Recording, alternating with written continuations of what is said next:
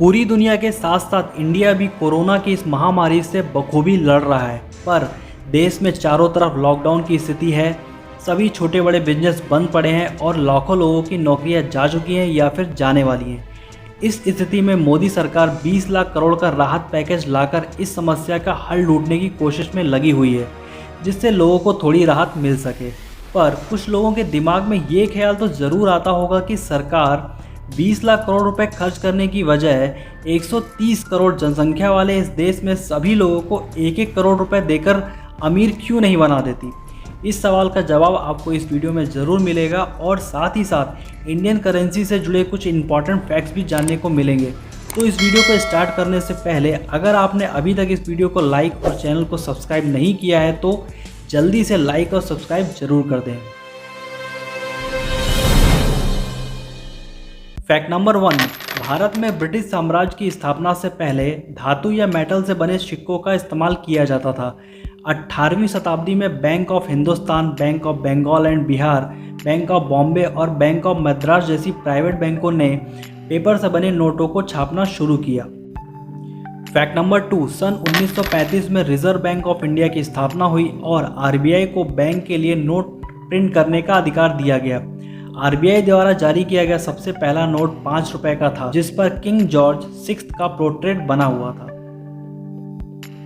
Fact number 3, RBI ने अभी तक सबसे अधिकतम 10,000 प्राइस वाले नोटों को 1938 और 1954 में छापा था, जिसे बाद में डीमोनेटाइज कर दिया गया। आरबीआई एक्ट 1934 के अनुसार आरबीआई 10,000 रुपये से ज़्यादा के मूल्य के नोटों को प्रिंट नहीं कर सकती है। फैक्ट नंबर 4, सन 1947 से 1950 के बीच आज़ाद भारत में गणतंत्र की स्थापना के बाद आरबीआई द्वारा जारी किया गया सबसे पहला नोट 1 रुपये का था। इंडिपेंडेंस के बाद द लायन ऑफ सारनाथ को भारत का राष्ट्रीय प्रतीक चुना गया और आरबीआई ने ब्रिटिश साम्राज्य को खत्म करते हुए इसे भारतीय नोटों में मुख्य चिन्ह के रूप में इस्तेमाल करना शुरू कर दिया। फैक्ट नंबर 5, आज़ादी के तुरंत बाद पाकिस्तान में इंडियन करेंसी को ही गवर्नमेंट ऑफ पाकिस्तान का स्टैम्प लगाकर यूज़ किया जाता था। 1948 में पाकिस्तान ने खुद के नोटों को प्रिंट करना स्टार्ट किया। फैक्ट नंबर 6, महात्मा गांधी की स्माइल करते हुए तस्वीर वाले नोटों की सीरीज़ की शुरुआत 1996 में हुई थी, जो आज तक प्रचलन में है। ये फ़ोटो वास्तव में एक फोटोग्राफर द्वारा जाने माने British politician Lord Frederick William Patrick Lawrence के साथ वायसराय पैलेस, जिसे अब हम राष्ट्रपति भवन के नाम से जानते हैं, में खींची गई थी। इस फोटो को ही क्रॉप करके नोटों पर प्रिंट किया जाता है। फैक्ट नंबर 7, जिसे हम पेपर नोट कहते हैं वो वास्तव में पेपर नहीं बल्कि कॉटन और कॉटन रैग से बनाया जाता है। फैक्ट नंबर 8, आरबीआई ने 2010 में आरबीआई की स्थापना की 75वीं एनिवर्सरी पर 75 रुपये का सिक्का, 2011 में रविन्द्रनाथ टैगोर की 150 बर्थ एनिवर्सरी पर 150 रुपये का सिक्का और पहली बार 1000 रुपये का सिक्का बृहदेश्वर टेम्पल, जो कि तमिलनाडु के तंजावुर में स्थित है, उस टेम्पल के 1000 वर्ष पूरे होने के उपलक्ष्य में जारी किया था। कॉइनेज एक्ट 2011 के अनुसार आरबीआई 1000 तक के सिक्कों को ही जारी कर सकता है।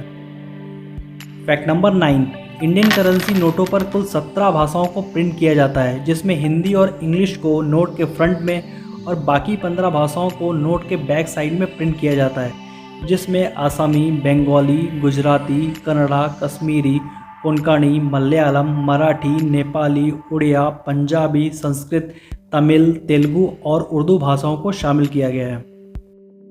फैक्ट नंबर 10, 2006 में the security printing and minting corporation of India limited SPMCIL की स्थापना हुई, जो कि भारत सरकार के अधीन काम करती है। इसका मुख्य काम बैंक नोट्स, पोस्टल स्टैम्प्स और इम्पॉर्टेंट गवर्नमेंट डॉक्यूमेंट्स को प्रिंट करना है। इसके अंतर्गत टोटल 9 यूनिट्स हैं, जिसमें कि 4 जो कि नोएडा, मुंबई, कोलकाता और हैदराबाद में स्थित हैं। ये चारों कॉइन मिंटिंग करने का काम करती हैं। इसके अलावा नासिक, देवास, मैसूरू और सल्बोनी में स्थित 4 यूनिट्स में नोट को प्रिंट करने का काम किया जाता है। नोटों के लिए पेपर होशंगाबाद में स्थित मिल में बनाया जाता है। फैक्ट नंबर 11, 15 जुलाई 2010 में इंडियन करेंसी को एक नया सिंबल मिला, जिसे IIT गुवाहाटी के associate professor mister Uday Kumar ने डिज़ाइन किया था। ये सिंबल देवनागरी लिपि के लेटर र और लैटिन अल्फ़ाबेट के कैपिटल लेटर आर से मिलकर बना है। बीच की ये पैरेलल लाइन इंडियन फ्लैग का इल्यूजन बनाती है और साथ ही साथ इक्वालिटी को भी रिप्रेजेंट करती है। फैक्ट नंबर 12, ओनली 1 रुपये के नोटों को सेंट्रल गवर्नमेंट द्वारा प्रिंट किया जाता है और इस पर फाइनेंस सेक्रेटरी के साइन होते हैं। बाकी नोटों को आरबीआई द्वारा प्रिंट किया जाता है। फैक्ट नंबर 13, 500 का पहला नोट 1987 में और 1000 का पहला नोट सन 2000 में जारी किया गया था। 8 नवंबर 2016 को ये दोनों नोटों को डीमोनेटाइज कर दिया गया और अगले दिन से 500 और 2000 के नए नोटों को जारी किया गया, जिसे अभी हम यूज़ करते हैं। इसके अलावा पहली बार 25 अगस्त 2017 को 200 के नए नोटों को भी जारी कर दिया गया, जिससे लोगों को वित्तीय लेन देन में आसानी हो। इसका मतलब ये है कि इंडियन गवर्नमेंट कभी भी नोटों को डीमोनेटाइज कर सकती है और नए नोटों को प्रिंट करके जारी कर सकती है। तो फिर इस कोविड-19 जैसी प्रॉब्लम के टाइम गवर्नमेंट 20 लाख करोड़ के पैकेज की जगह 130 करोड़ आबादी वाले देश इंडिया में सभी को 1-1 करोड़ रुपए देकर अमीर क्यों नहीं बना देती। इससे रुपए भी कम खर्च होंगे और लोगों को फ़ायदा भी होगा। क्यों, सही कहा ना? नहीं, गवर्नमेंट ऐसा नहीं कर सकती। पर क्यों, इसे मैं एक सिंपल एग्जांपल से समझाता हूँ। मान लीजिए एक देश है जिसका नाम है XYZ। वहाँ पर बस 2 लोग ही रहते हैं, A और B। दोनों की एनुअल इनकम या फिर सालाना कमाई 100 रुपये है। उस देश में बस चावल की ही पैदावार होती है और उस देश में एक साल में बस 2 किलो चावल ही प्रोड्यूस किया जाता है, जिसकी बाज़ार में कीमत होती है 50 रुपये किलो। इस कंडीशन में A और B 1-1 किलो राइस खरीद कर गुजारा कर सकते हैं। अब सरकार ने गरीबी को कम करने के लिए और अधिक नोटों को प्रिंट करके बांटना शुरू कर दिया, जिससे A और B की एनुअल इनकम बढ़कर हो गई 1-1 हज़ार रुपये, जिससे दोनों की बाइंग कैपेसिटी तो बढ़ गई, पर चावल की पैदावार तो उतनी ही है ना, क्योंकि चावल की पैदावार को इतनी जल्दी बढ़ाना सरकार के हाथ में नहीं है। बाइंग कैपेसिटी बढ़ने के साथ सामान की डिमांड तो बढ़ेगी, तो इससे दुकानदार उसी चावल की कीमत को 50 रुपये से बढ़ाकर 500 रुपये किलो कर देगा। क्योंकि चावल की पैदावार तो उतनी ही है, एक साल में 2 किलो। इसका मतलब ये है कि लोगों को नोट बांटने से कोई फ़ायदा नहीं पहुंचा, पर देश में हाइपर इन्फ्लेशन की स्थिति ज़रूर उत्पन्न हो गई। हाइपर इन्फ्लेशन उस कंडीशन को कहा जाता है जब किसी देश की इकोनॉमी में किसी सामान या सर्विस की कीमत एक महीने में 50% से भी ज़्यादा बढ़ जाए। इस कंडीशन में ज़्यादा करेंसी प्रिंट करने से करेंसी की वैल्यू बहुत कम हो जाती है और सामान या सर्विस की कीमत बहुत बढ़ जाती है। ऐसा हाल ही में जिम्बाब्वे और वेनेजुएला में हुआ था।